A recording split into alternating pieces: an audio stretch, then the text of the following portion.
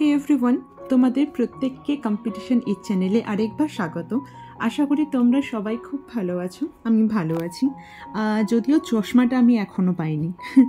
তো চশমাটা আমার হয়তো হারিয়ে গেছে, জানি না।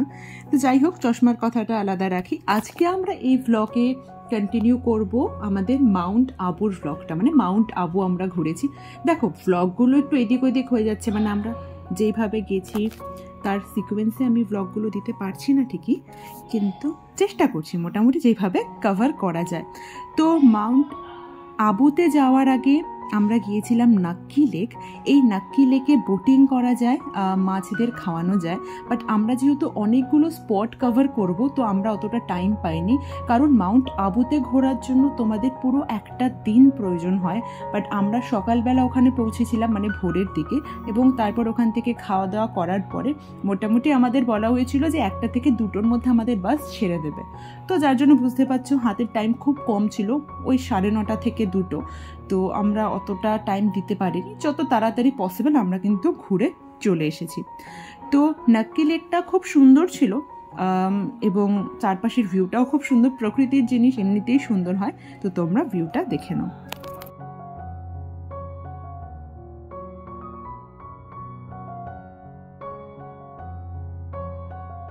এরপর আমরা চলে গিয়েছিলাম একটা মন্দিরের উদ্দেশ্যে।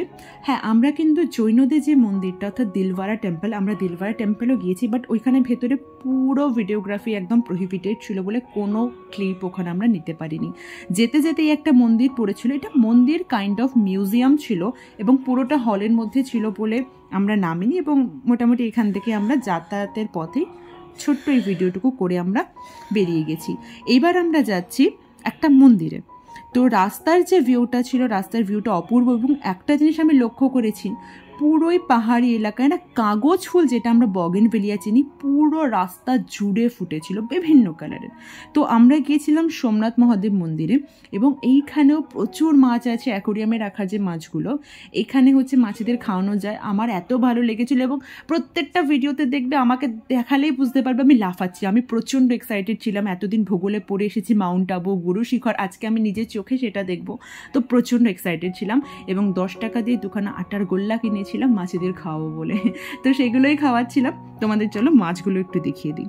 পুরো ছাড়া ছিল পুকুরটাতে, পুকুরের জল যদিও সবুজ হয়ে গিয়েছিল, কিন্তু ওরা কিন্তু বেশ মন দিয়ে খাবার খাচ্ছিল। তারপর আমরা চলে যাই সোজা গুরু শিখর, অর্থাৎ মাউন্ট আবুর সবচেয়ে উচ্চতম শৃঙ্গ, যেটা আমরা সবসময় পড়ে থাকি ভূগোলে। তো গুরু শিখর থেকে যে পুরো সিনারিওটা দেখা যাচ্ছিল, এক কথায় জাস্ট অসাধারণ সিনারিও। এবং অনেকগুলো সিঁড়িতে উঠতে হয়, আমার পা খুব ধরে গিয়েছিল, একদম টপে আমি উঠতে পারিনি। আমি এমনিতে খুব ল্যাথখোর মানুষ, শুয়ে বসে আমি দিন কাটাতে খুব ভালোবাসি, তাকে যদি এতগুলো সিঁড়ি উঠতে দেওয়া হয়, স্বাভাবিকভাবে সে পুরোটা উঠতেই পারবে না। তো আমিও একদম টপেতে উঠতে পারিনি, বাট যেইটুকু উঠতে পেরেছি সেইটুকুর ভিউ কিন্তু তোমাদের দেখানোর থেকে আমি মিস করিনি। তো এই নিয়ে দেখো, বেচারে আমার মতনই হয়তো অবস্থা হয়ে গিয়েছিল, এই তো হাঁটতেও পারছিল না ঠিক করে, তো এইভাবে ভেবে উঠছিল। মানুষের ডেডিকেশন না। এবং ওপরে হচ্ছে মহাদেবের মন্দির ছিল, আমরা সেখানে দর্শন করেছি। মহাদেবের মন্দির মানে ভস্য থাকবে, আমরা সেই ভস্য কপালে মেখেছি, এবং বিভিন্ন রকম। তো আমি তোমাদের দেখাচ্ছি ভিউটা, আবার সেই নাচতে নাচতে দেখে নাও। তো এই ছিল আমাদের গুরু শিখর থেকে ভিউ। এবং তারপরে আমরা চলে যাই দিলওয়ারা টেম্পলে। আমরা এটা সবসময় পড়ে আসি, দিলওয়ারা টেম্পল কোথায় অবস্থিত? জৈনদের মাউন্ট আবুতে। তো সেখানে, এবং প্রচুর দোকান ছিল, এখান থেকে আমি টুকটাক কেনাকাটা করেছিলাম, যার জন্য আমাদের পৌঁছতে 2টোর জায়গায় 3টে হয়ে গিয়েছিল। হ্যাঁ, বকা শুনেছি, এটার বলার প্রশ্ন রাখে না, আমি যথেষ্ট ঝাড় খেয়েছি এর জন্য। আর ঠিক আছে, 1-2 জন দেরি হবে, হয়ে গেছে দেরি, যাই হোক। তো এখানে কোনো রকম ক্লিপ ফুটেজ কিচ্ছু তুলতে দেয়নি, তো আমি সরি, আমি দেখাতে পারিনি। বাট আমি বলবো, যদি কখনো যাও প্লিজ প্লিজ দেখে এসো, খুব সুন্দর মন্দির। তো এই ছিল আজকের ব্লগ, আশা করি ভালো লেগেছে। ভালো লাগলে একটা লাইক করে দিও, কমেন্টে জানিয়ে দিও, আর চ্যানেলে নতুন হয়ে সাবস্ক্রাইব করে দিও। ততক্ষণের জন্য বাই, সুস্থ থেকো, ভালো থেকো।